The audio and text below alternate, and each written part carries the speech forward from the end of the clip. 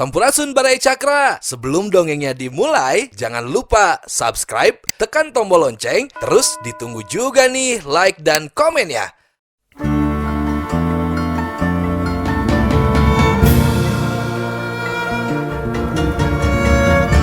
Baraya Cakra, parantos waktosna 80,5 FM Radio Cakra, midangkeun dongeng Sunda Dora-Dori.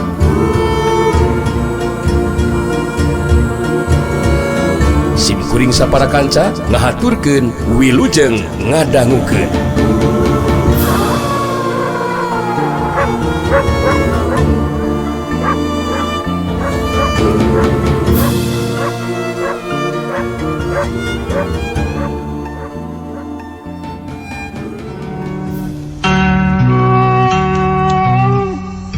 Darja ngajungkal rubuh dadana rempag tulang dadana remuk. Dua sukuna kekerjatan sakedeung saterusna cicing pikeun salilana. Nandakeun geus eueuh nyawaan. Ngabandungan kana kajadian anu lumangsung harita Guntara ngageter oge hatena. Tindakan si jagal hawuk anu kejem telenges teu mere ampun kana jilawan ngajadikeun Guntara beuki kaentepan ku rasa kasieun. Si jagal hawuk bener-bener sangar jeung garang dina tinakanana. Si jagal hawuk ngageruan Guntara, gancang Guntara harita datang nyampeurkeun. Urang kudu ngaji mangkaluk.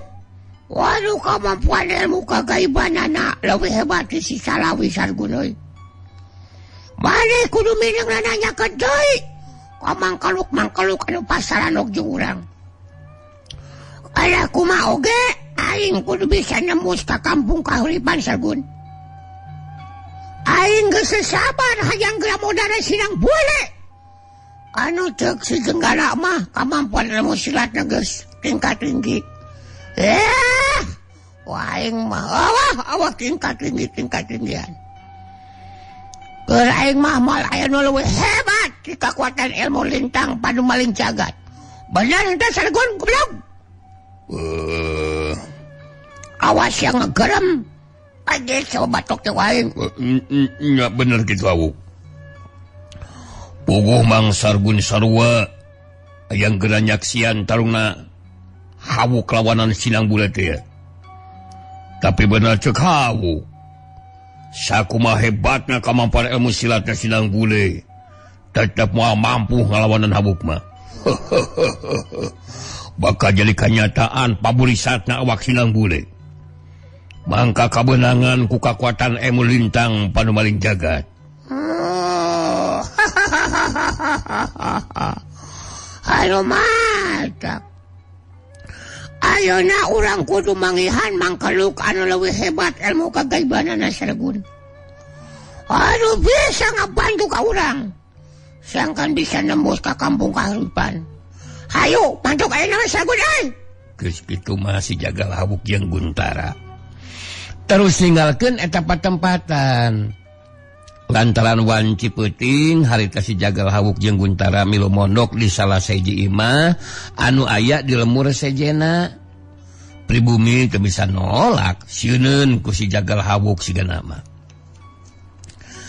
Wanci peuting kasilih ku beurang bareng jeung meletekna panon poe harita barisan Darmayuda ngalakukeun latihan deui.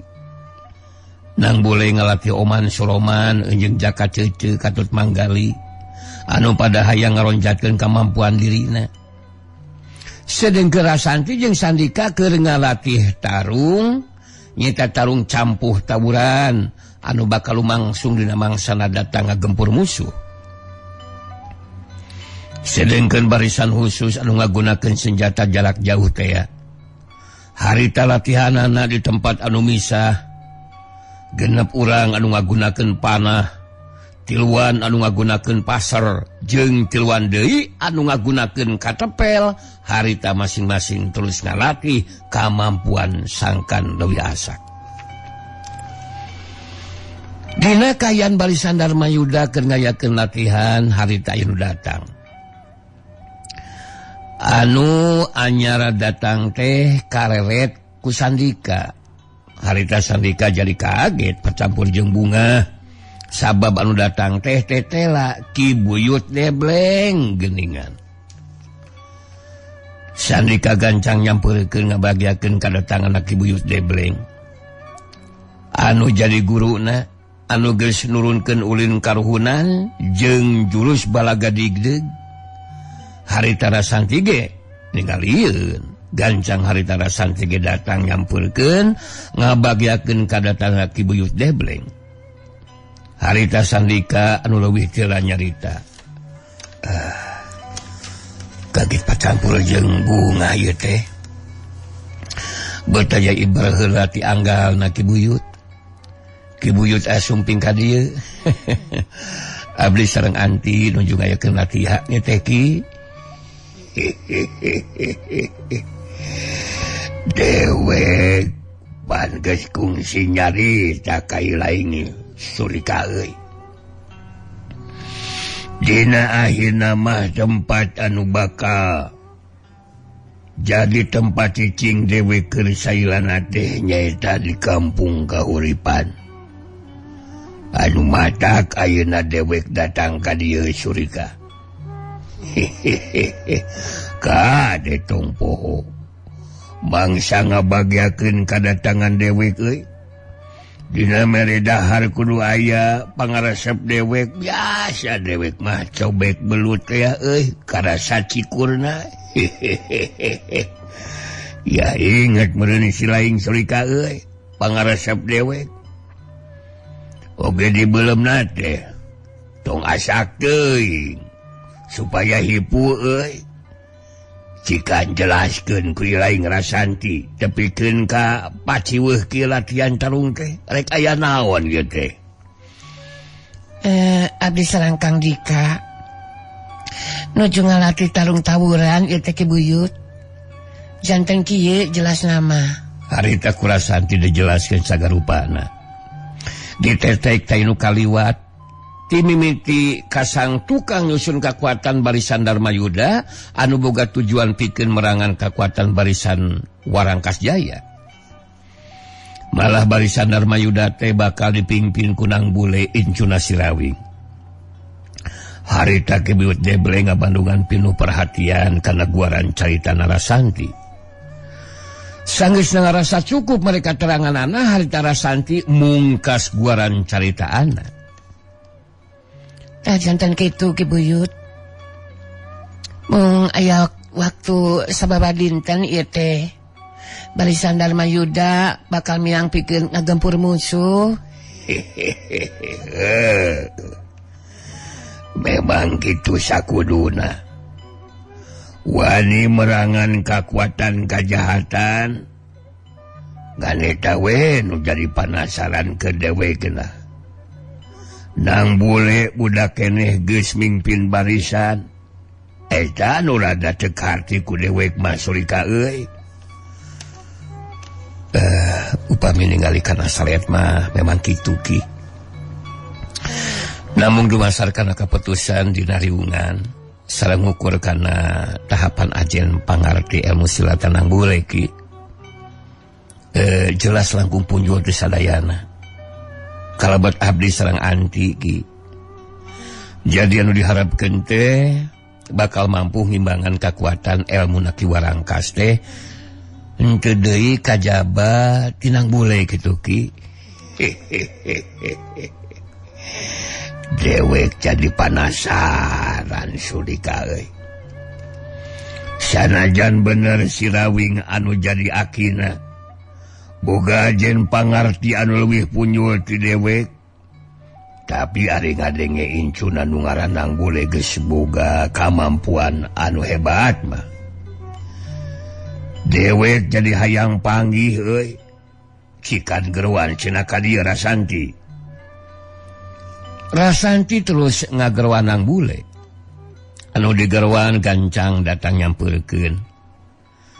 Sanggeus deukeut harita Nang Bule ku Rasanti jeung Sandika diwanohkeun ka Ki Buyut Debleng. Dina karakter eyang buana putih, dina sikep anu hade jeung caritaan tenang, harita nang bule terus nyarita ditujukeun ka Ki Buyut Debleng. Abdi henteu kinten bingahna. Ayeuna tiasa ditepangkeun sareng Uyut.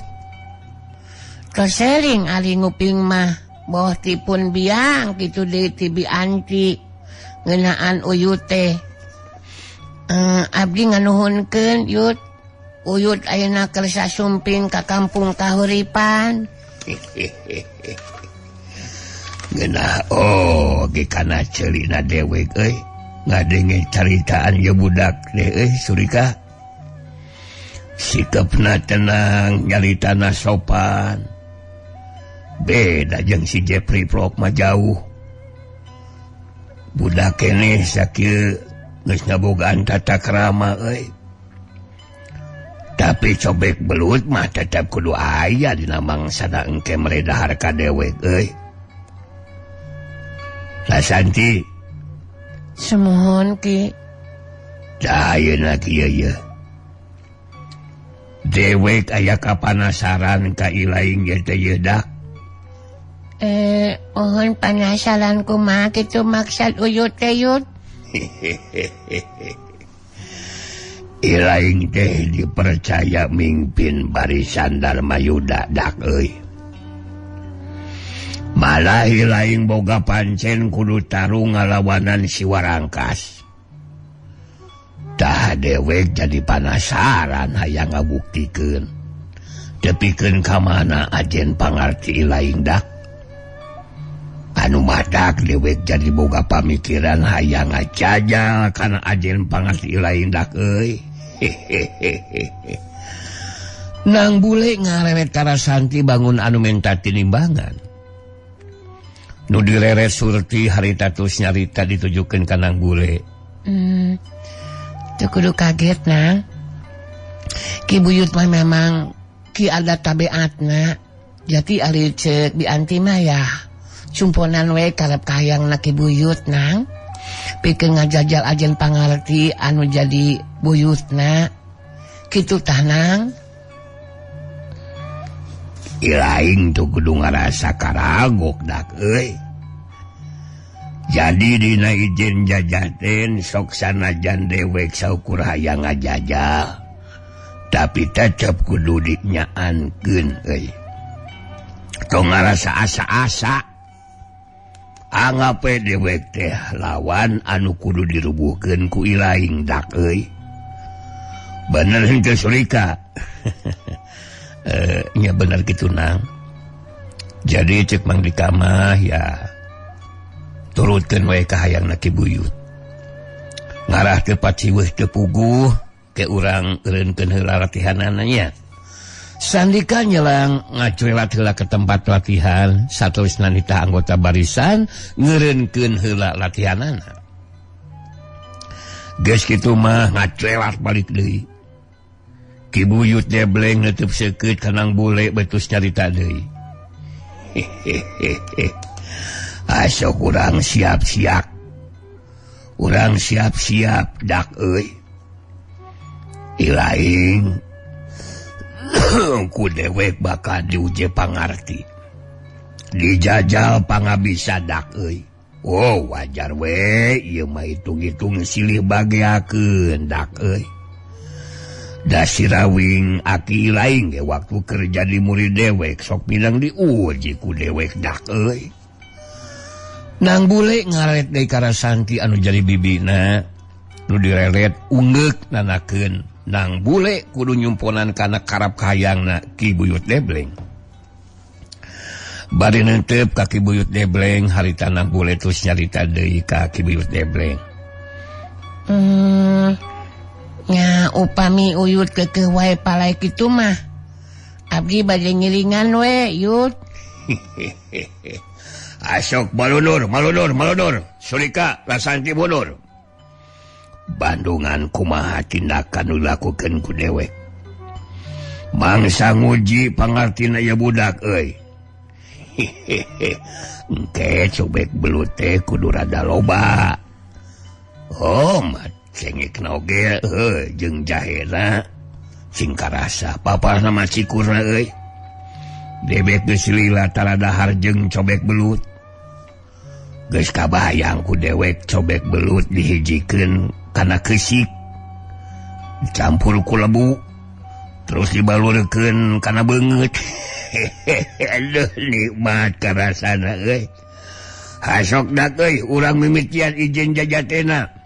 Dadah yeuh panarajang dewek.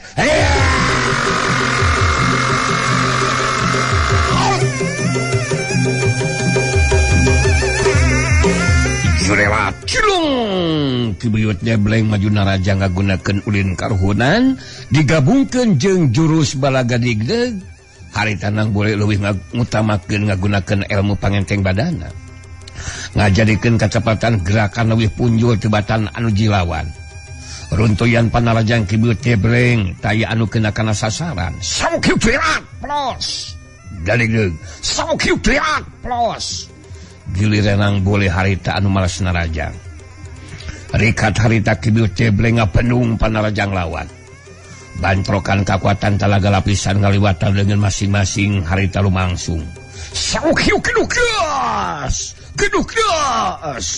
jari jeug Kibuyut Debleng ngajari jeug kadorong mundur ka tukang sedengkeun nang boleh tetep maju dina tangtunganana Kibuyut Debleng kageteun tapi kakagetna teu lila harita gancang sajaga diri deui. Dadaga lapisan ilaing tetela hebat dak euy. Tapi dewek masih kene penasaran. Tadi mah narajangna bari ngabayangkeun cobek belut dak euy. Candi nyakeun narajangna dak euy. Dah ayeuna mah bakal dinyakeun ku dewek. Tadah yeuh panarajangna.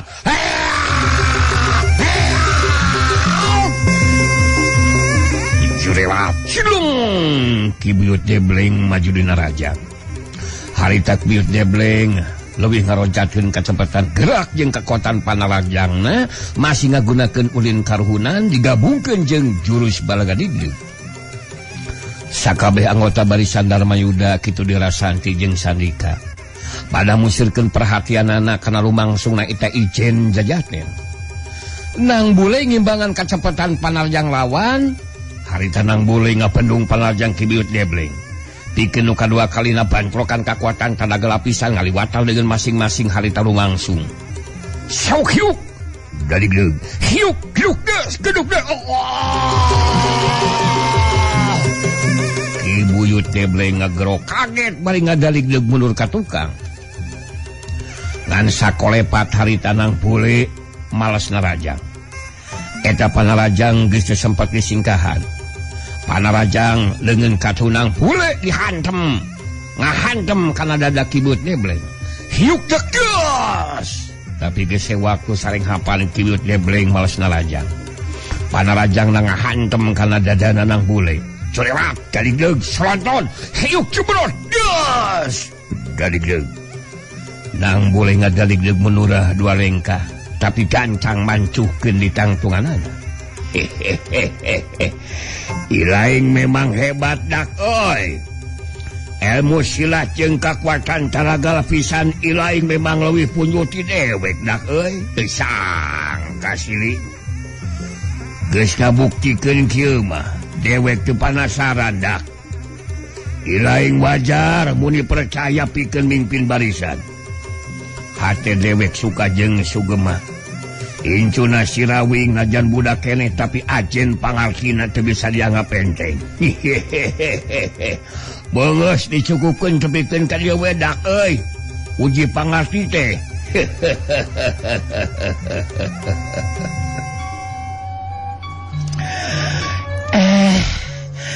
Alah, Uyut mah jadi capek we Ya punten we, abdi tadi tos males narajang ka Uyutnya. Sok sanaos tos sepuh tapi Uyut kaungan kemampuan diri anu hebat Yut.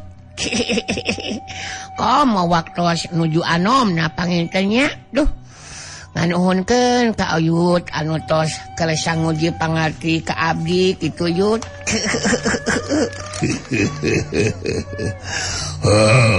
Manggeus dicukupkeun tepikeun ka dieu wedak uji pangartina. Ayeuna dewek hayang leureuh bari ngobrol jeung si Surika kitu di Rasanti. Sok teruskeun dewe latihan jeung anggota barisan nu lainna dak euy. Geus kitu mah latihan diteruskeun deui.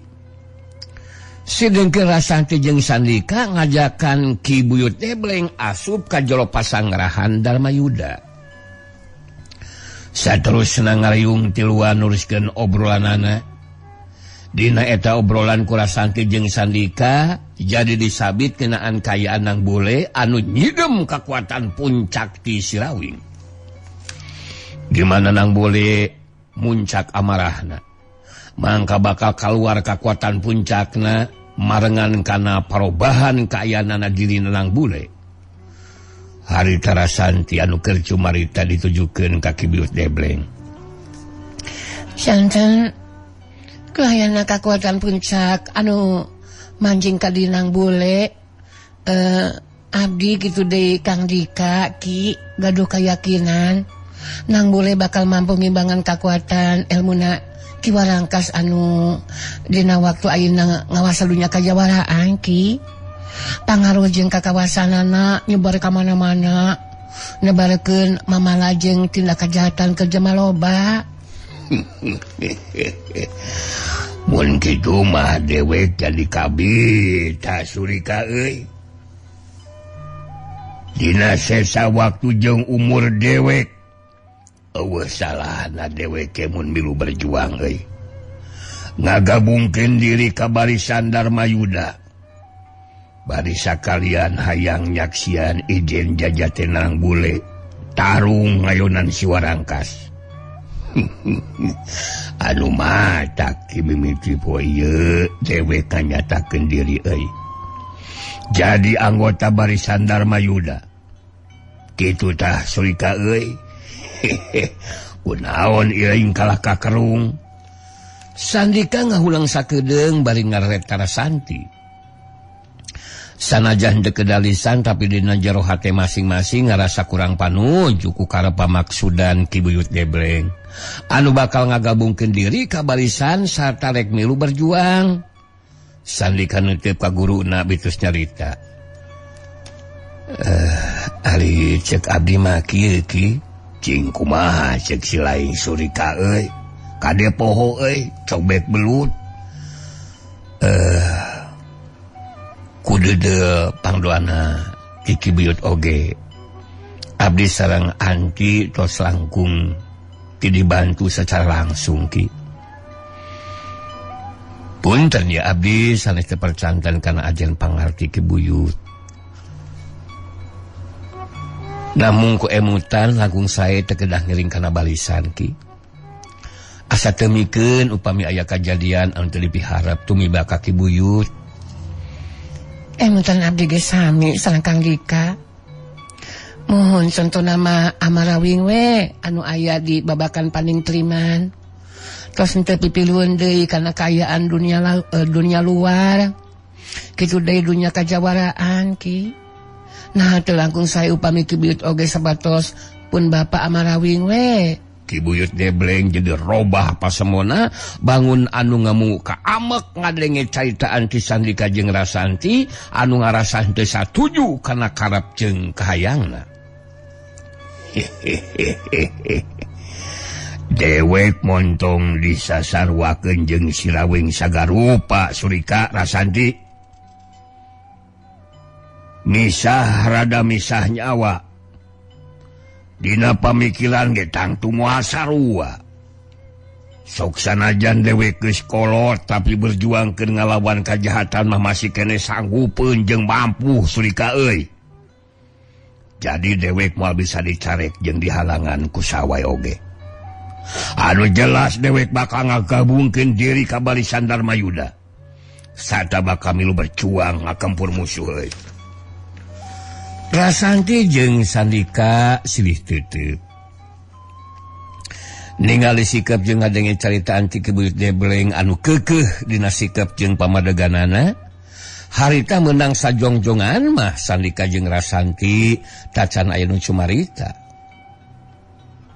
sabab geus jelas ti Biut Debleng kalah ka ngambek mun nepikeun ka dihalangan teu bisa ngagabungkeun diri ka barisan. Dina kayaan keur kitu harita datang Ayu Manganti saterusna munjungan ka Biut Debleng. Harita Ayu Manganti dia terus milu ngariung paguneman. Ki Biut Debleng harita nyarita ditujukeun ka Ayu Manganti. Iraing kudu nyaho Ayu. Dewek tadi geus ngomong ka Surika jeung Rasanti euy. Dina sesa umur jeung waktu dewek meungpeung masih keneh boga reng hapan napas. Boga karep rek milu ngagabungkeun diri ka barisan sarta milu berjuang. Tapi diperhatikeun ku dewa si Surika jeung Rasanti bangun anu teu panujueun Ayu euy.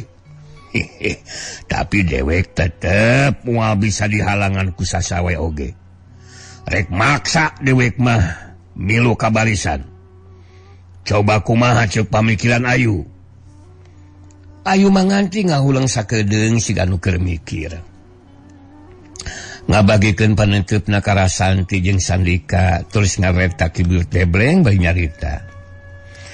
Kasauran ti Ki Buyut mangrupi sikap jeung tekad oge sumangat geusan miring kana perjuangan memang mah tiasa dihalangan ku sasaha. Maliha mah abdi ge salesna tos lami disidem.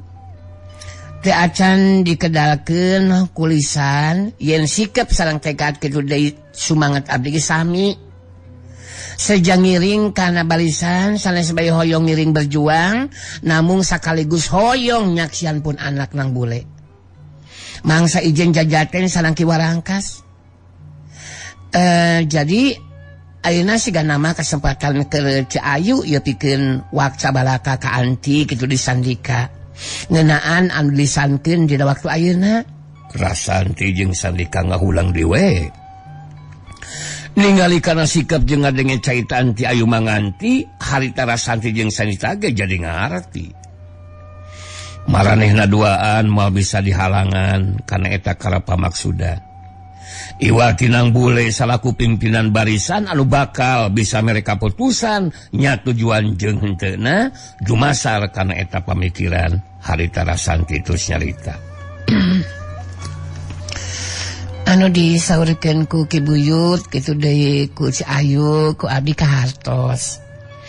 Namun sakumaha anu kauningna anu mimpin barisan Dharma Yuda teh kan nang bule.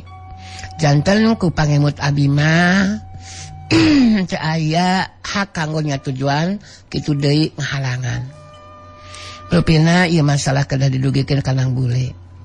Janten kaputusan ti pamimpin eta nu kedah disaluyuan ku urang mah. Disatujuan sareng teu namanya kantun kumaha ti limangan sareng kaputusan ti nang bule we. Ki Buyut gancang harita nyaita deui. Anu matak hasok gancang tepikeun euy obrolan ka nang bule. Anu jelas deweknya tujuan kana karep pamaksudanana Ayu Manganti. Nanakeun hiji indung anu milu bela pati kanu jadi anakna. Bener henteu Surika? Laras kitu Ki. Namung sakumaha anu disaurkeun ku anti. Kaputusan mah kantun kumaha nang bule we Ki. Mungguh kanyataanna memang kitu. Nang bule teh anu mimpin barisan. Dina mangsana urang bajuang ngagempur ka pihak musuh Ki. Dina waktuna leureuh dina latihan harita anggota barisan pada ngumpul ngariung di sababaraha tempat. Teu waniun aya nu asup ka jero pasanggarahan sabab ku Rasanti di bejaan aya masalah anu penting anu bakal dibahas jeung nang bule. Harita nang bule jeung manggali arasup ka jero pasanggarahan. Saterusna ngariung teh jadi genepan. Rasanti anu leuwih teu ngajelaskeun ka nang bule ngeunaan karep jeung kayangna Ki Biut Debleng anu rek milu kana barisan pikeun milu berjuang ngagempur musuh. Sanggeus ngarasa cukup mereka teranganana harita Rasanti mungkas caritaan. Nah jadi kitu na anu mantak ayeuna ku Bianti ditepikeun teh lantaran anu bisa mereka putusan tangtu kudu ti pamimpin barisan. Jadi tinimbangan mah ayeuna kali kumaha cek anu jadi pamimpin eta mah nang bule ngahulang ngaragaman nang jadi bingungan oge dina mutuskeunana. Sabab nu dibayangkeun ku nang bule mah mun tepikeun ka Kibut Debleng jeung Ayu Manganti anu jadi indungna tepikeun ka Acaling Pati di Palagan Yuda da puguh kangaranan tarung campuh adu tarung tawuran. Tangtu bakal ngabayakeun keur kasalamatan jiwana Kibut Debleng jeung Ayu Manganti. Ningali nang bule ngahuleung can mere jawaban harita Kibut Debleng terus nyarita ditujukeun ka nang bule. Asok gancang bere jawaban dak euy. Dewek jeung indung ilaing bere kapastian jeung kaputusan dak euy. Piraku dewek jeung indung ilaing hayang milu berjuang teu disatujuan. Kangaranan hayang nanyeurkeun keadilan ke jalma loba. Jeung rahaya tina tindak laku kajahatan piraku rek dihalangan dak euy. Dewek moal wakadar jeung cobek belut. Mun can aya kaputusan ti ilaing dak euy. Bener Ayu. Mohon alas kitu Ki Buyut. Jadi ibu ayeuna mah kali kumaha ceuk tilimangan hidep penang. Anu puguh mah mun ibu bisa milu babarengan jeung barisan dina mangsana berjuang, ibu bakal ngarasa bagja sarta bakal bisa ngabandungan hidup dina mangsana ijen jajatin ngayunan ki warangkas. Manggali atil bibirna sigana mah mun teu milu ngomong harita terus milu mairan caritaan.